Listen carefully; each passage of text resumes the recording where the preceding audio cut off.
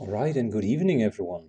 Today we're going to have a little bit different format. I'm doing the first video as a guide in order to give you a little bit different content here. And the question I'd like to elaborate on is XCOM 2 as a game too hard? So I've been researching on this topic for quite some while, and you basically cannot go through any forum, online blog, whatever, and speak about XCOM 2 without receiving at least a couple of comments towards this topic. So some of the comments here, I was just putting them together.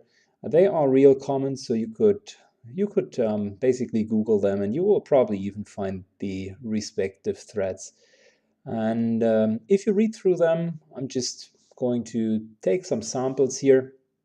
You will get not only a salty taste of most of these ranting comments, you will also understand that there is a clear perception in the community that XCOM 2's difficulty is very much above what people were expecting. And it's not only the community, really. I have read through a Forbes article, I have read through several gaming articles, so large gaming sites feature that, and there are a couple of articles basically featuring this topic. So if you break down the most common comments, as a representation here, you will find a couple of root causes for that. So comments like, I cannot even win the new XCOM on the lowest difficulty, or comments like, XCOM developers need to learn the math. I miss many 80% shots, it's hilarious. Or even better, even with great armor and pretty good weapons, and 99% chance to fire at the target, with cover blown away, my guy still misses, and it's really tough armored units, and I'm missing 8 times in a row. Um, yeah, that's one comment. Another one here, the game feels like 10% skill, but 90% luck, super ugly. Not enough player even finish the game, it's way too hard. Or XCOM 2 has a pacing problem with a reverse difficulty curve. So the way I want to do the analysis here and to elaborate about the question is not to defend any of the positions. I really want to look into the points of criticism and come up with tangible facts. And I'm inviting you guys as well, if you feel to disagree about certain points, to write it down in the comments. But the request that I would have is, if you're disagreeing or if you're having an opinion, just put some facts behind it. I mean, personal opinion without facts is at the end only a personal opinion, but you can never convince someone if you're not having facts at hand, or at least something to undermine and underline your opinion, an analogy, anything that really is understandable. If you look at all of these topics, I was trying to cluster them, and a lot of these questions boil down to either game difficulty settings, probably the vast majority random number generating problems. So, e.g., people are not happy with how random numbers are being generated, game mechanics overall, a perception that others or that the majority is not successful in the game, and last but not least, a reverse difficulty curve, which basically says the game is super hard at the beginning and becomes extremely easy at the end. So we're going to go through these topics real quick, one by one. And the way I want to do it is, let's maybe start with the difficulty setting. Before we talk about difficulty settings, I'm always a big fan of reading what the author or the programmer, Firaxis in this case, thought about the difficulty setting. If you're looking at the difficulty settings, there are basically 4 of them: rookie, veteran, commander, legendary. So far, so good. People know that. And although it is clearly explained how the settings should kind of be appealing to the audience, I think a lot of people do not really understand it as such, so they are not reading through it. So in a sense, rookie is meant to be the basic starting difficulty. For those who are more familiar with XCOM and strategy games, they can start on veteran, and everything above veteran is basically supposed to be a very optional content. Commander with the clear reference that a straightforward approach will no longer help you, and legendary with the very, very clear target in mind, that it won't be a difficulty for everyone. And I wrote, besides these difficulties, the percentage of players who actually finished these campaigns distribution. So 28% of all finished campaigns are on rookie. The majority is playing, so 2/3 are playing on veteran, and only a small portion is playing on commander. However, if you look through the comments, there is something which is interesting, and that's already the first observation. Many of the guys that are ranting about XCOM are actually starting at commander level, and then barely tune it down to veteran and still say it's way, way, way, way, way too difficult. So the option number one, which is kind of the default option, is tune down the difficulty. So I really had a hard time comprehending why people were so reluctant in tuning it down. And probably the best example for this is the condom problem. Condoms usually come in sizes of large, extra large, and extra, extra, extra large, because no one wants to have a small penis, obviously. But in reality, it's small, medium, and large. So the translation is there are 3 extremely big sizes. And even if you're in the smallest of the big sizes, you're still a very potent individual, right? And for some reason, the naming rookie seemed to not be so appealing for people. They seem to disagree that going on to this difficulty level is appropriate for them. So, number one, observation: people do not turn down the difficulty, although they probably should in terms of their own capabilities. Number two, for probably all of the topics that we're going to speak through, there are mods, and they are not very difficult to install. A matter of fact, they are so easy to install that there's even a game button to do so. But yet people seem to not like that. There's a premium example for it, which I wanted to give you guys. The number one complaint about XCOM2 are the timers. Now, one could think the most successful mod is the one that disables timers. But no, guys, no. The most successful mod is a mod which is prolonging the timers. So the concept of timers is still active. They are just like super prolonged and do not really matter anymore. But people still get the feeling that, in a sense, they are playing like on the hardest difficulty. But they prolong it so long, and the timers are now so ineffective and do not really matter anyways, that they kind of convince themselves that they still keep to the mechanics, although they effectively disabled it.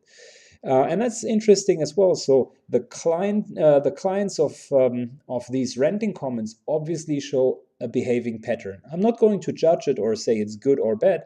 I'm just observing that obviously the choices at hand are not being taken. So from a factual perspective, I simply, alone from the difficulty settings, cannot see that XCOM has done a tremendously bad job, or Firaxis has done a tremendously bad job, because basically there is a pretty solid 4-tier of difficulties with the option to customize it. Now, second problem, and that's probably the largest by far, the RNG problem. I have read at least 100 different comments that people are unwilling to accept that shots can fire, can miss, and there are a couple of analysis pieces that I needed to go through in order to share light on the different aspects of this problem. And let me take you through all of these in detail. So number one, there are overall number generating, number gathering functions. Firaxis is using the in-game data and is analyzing it, and some of the data is even publicly available. There are a lot of in-game, there are a lot of discussions with the developers where they are observing hundreds and thousands of shots being fired, and the overall probability distribution of these shots is actually pretty much correct. So in other words, out of the billions and billions of shots that are being fired over all of the games that are being played, actually the distribution is okay. So that's the first strong argument to counter the perceived inequality. Now there's even another counter argument, which is interesting, that people keep seem to ignoring to a certain degree. In fact, the game engine cheats the probability, but it cheats in the favor of the player, never against the player. So on lower difficulties, what's basically happening is whenever you miss one shot above 50%, one shot above 50%, a function kicks in which is called aim assist. It's hard coded, and you can even modify it in your ini files. And what this function does, it gives you a flat +10 aiming bonus for the next shot, and it also multiplies your next shot based on the difficulty.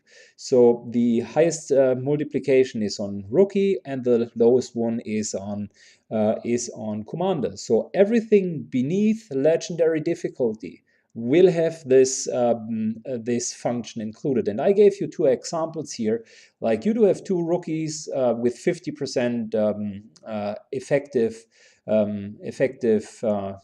percentage to hit. But what the game really does in the background is, after you miss the first shot, let's say you miss this 50% shot, the next one will be 70%, 50 plus 10, and for the rookie difficulty, they even add 20% on the original value. So 50 multiplied by 1.2 plus 10 will be 70% here. And next up, another example, 80%, 2 shots in a row. If the first one misses, effectively the second one is 100% shot. And I want you to remember the second example here, extremely precise and in detail. Everyone who claims to have missed multiple 80+% shots in a row definitely can never play on rookie difficulty. It's impossible. The game is preventing it. You will, after missing the first shot in this magnitude, your next shot is guaranteed 100% to hit. So, argument number one, overall the RNG is correct. Argument number two, effectively you are being favored because the game is cheating on your behalf. Number three, reloading doesn't really solve the situation if you're not changing your behavior.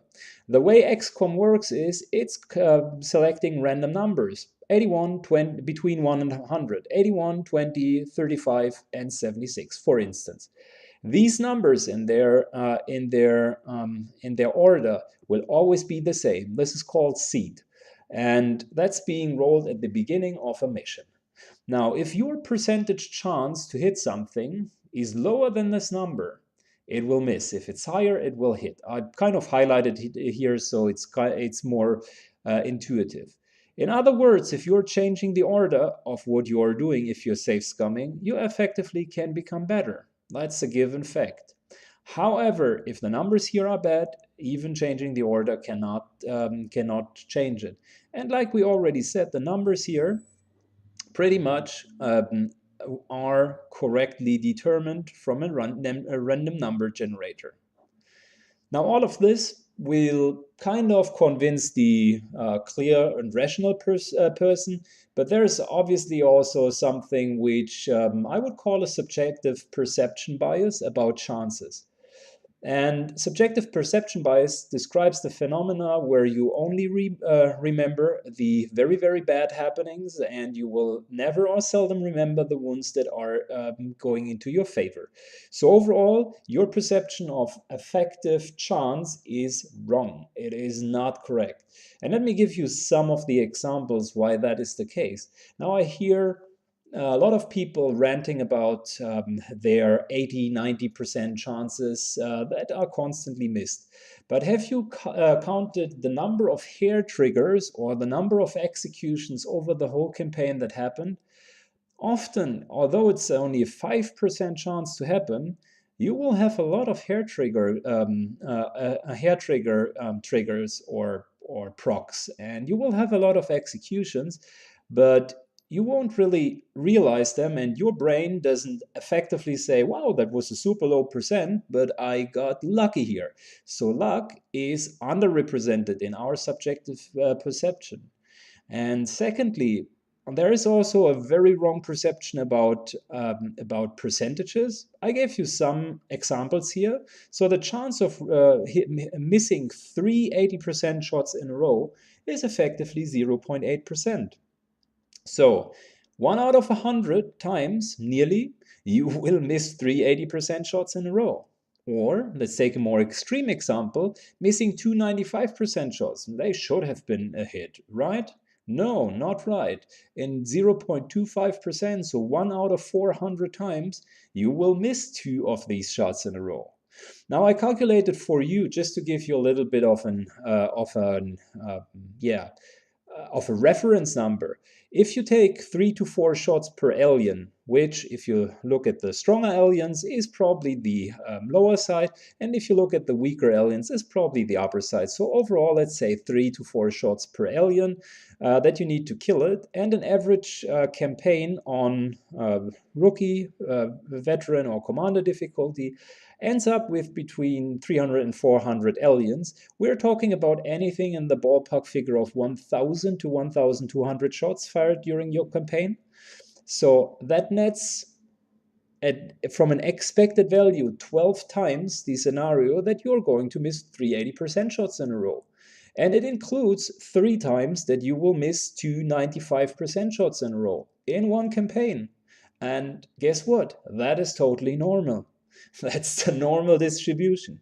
So if people are keep on ranting and saying like this can't be, that's not possible, you can talk about RNG as a concept, holistic concept, not being like your favorite concept, but blaming RNG to be the root cause of you not being successful is, in my opinion, not a valid statement. And these facts and figures, pretty much when I researched them, proved a different point. So factually looking at it, these claims are unfortunately not true.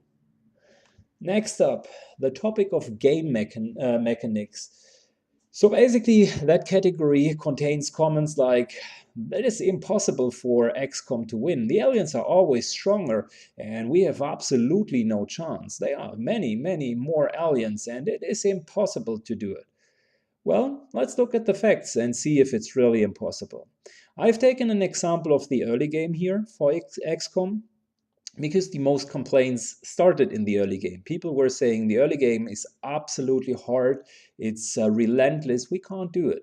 If you look at the XCOM units and the average alien units, you will see that not only HP wise, I've taken the rookie numbers here, they are definitely different on veteran and commander, but again, even on commander, whatever I'm now going to say will hold true also for the higher difficulties up to legendary, where it is definitely changing. So on these lower difficulties, the hit points, the 2-hit chance, the availability of special abilities, e.g. grenades, and so on and so forth, the pure number of available units at the same time, and the damage are definitely higher than the average unit. So in other words, each unit that you're controlling by its own is outclassing and outperforming the enemy. Full stop. And it's not only outclassing it by a margin, it is significantly outclassing it. So given normal distributions, you will always be better off fighting them. Secondly, the XCOM agents do have the innate ability of freely moving and engaging. Keep in mind, alien pods basically trigger, and after triggering, they need to wait until something happens.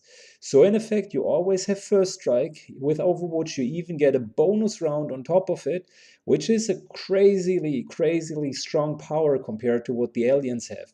There is no alien Overwatch, and there is no alien first strike whatsoever. So you're always going first. Last but not least, keep in mind, for those on the lower difficulties who claim that they have triggered too many enemies, there is a hard-coded maximum number of engaged units that exist.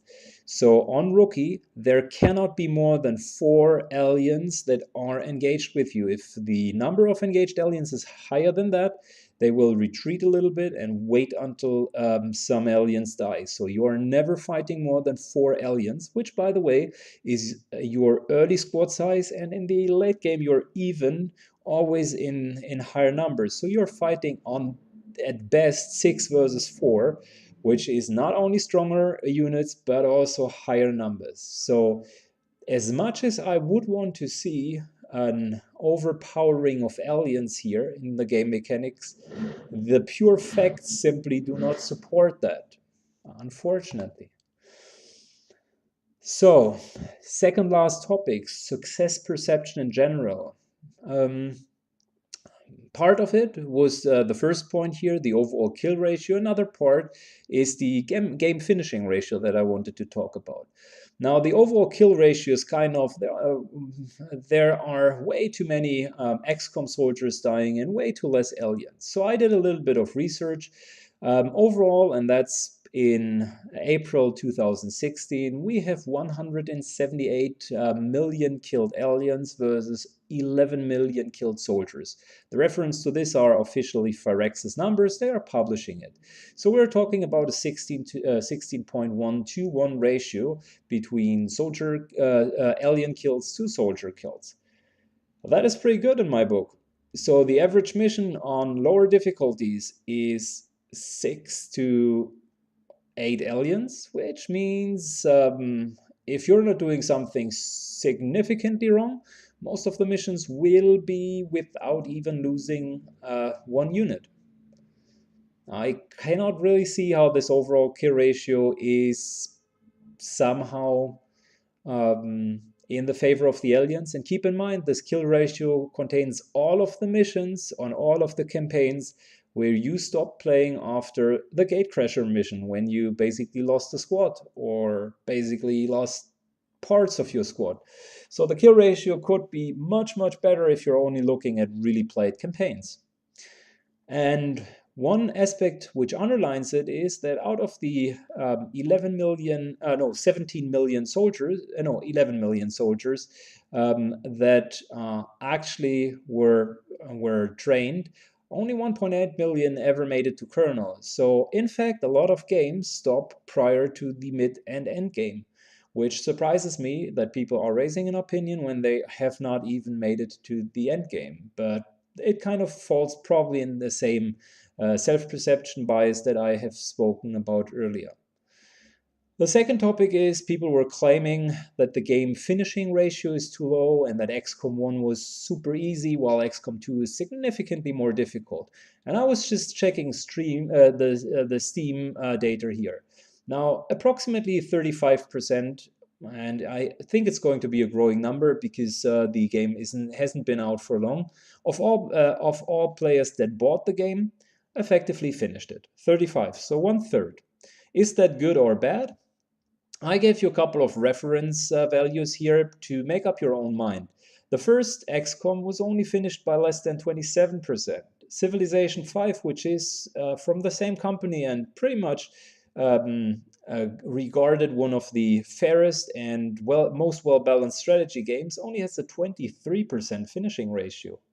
Other games that fall into the fantasy and roguelike genre, like Divinity Sin, only has 6% finishing rate.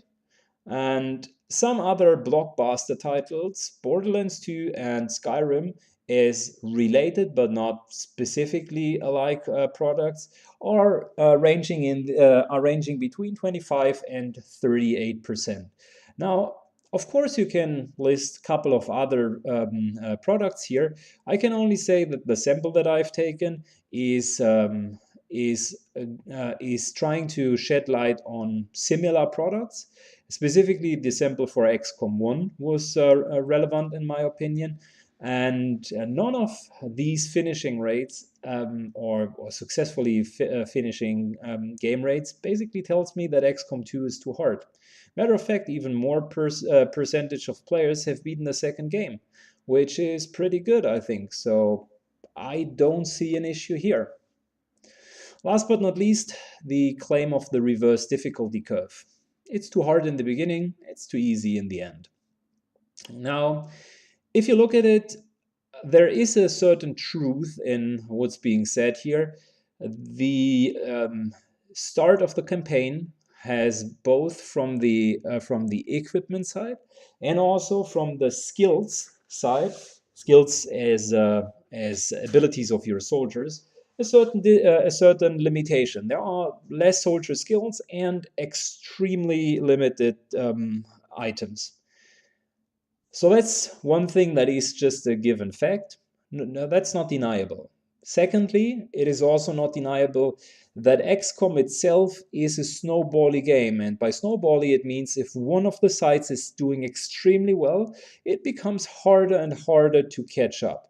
So there are catching up mechanisms in terms of buying new soldiers in case your prime soldiers died over the course of the later month, but there are basically no or limited amount of catching up abilities from the aliens. The power curve of the aliens is relatively static. It follows the same pattern, and if you're steamrolling through the different missions, the chances that you're going to steamroll through the later ones are significantly increasing. Now that's the positive kind of underlying parts of the argumentation.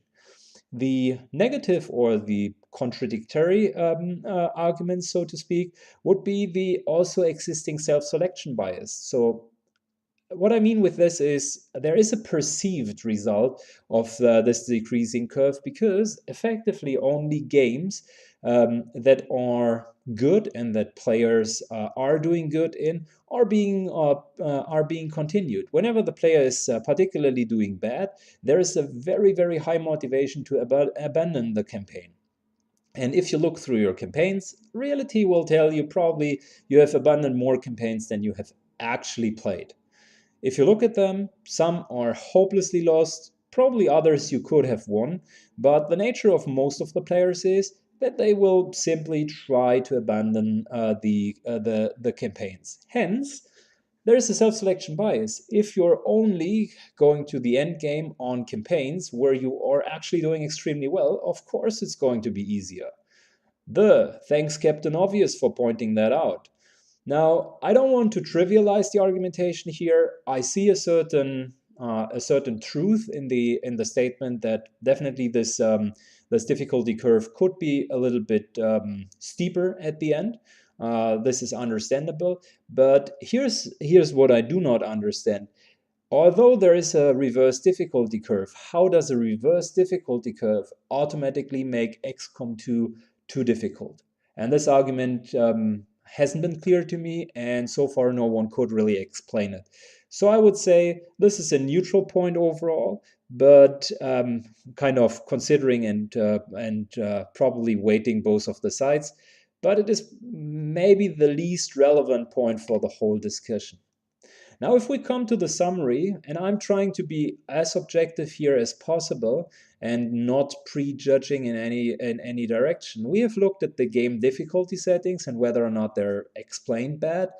Actually, modding and tuning down the difficulty probably were the most important arguments. So I can't see that it's too difficult from this perspective. We in length have been through the RNG problem. And again here, I don't see that the RNG is responsible for making XCOM too hard. It's just a perception bias. We have been through game mechanics and actual game values. And also these, not only on paper, but also within the game, there are several functions that are preventing the game from being too hard. We've looked at the success and the perception in general, and there are a lot of players that are definitely successful in XCOM 2. So if you are of the opinion that the game is too hard, I am just suggesting to you that you might want to reflect again. Maybe, but just maybe, it's you and not the game. And maybe this sort of titles is not appealing to you, and maybe, but just maybe, you could also learn to adapt a little bit more to the game genre if you want to give it a try. I have judged the reverse difficulty curve after a kind of close examination as to be more or less neutral, but that doesn't really spoil the overall results. I haven't found significant evidence that the game is too difficult. If there are factual evidence, I'm absolutely interested to hear them. But I fear that most of the discussion will be around subjective perception and not so much about objective argumentation. Now, this is my fair summary. I'm absolutely interested to hear what you guys think. As long as you keep it civil, I would love to see any comments from your side regarding the topic. And please give me feedback whether or not you like the analysis and whether or not you want to see more of it. So, in this sense, have a nice evening, everyone, and take care.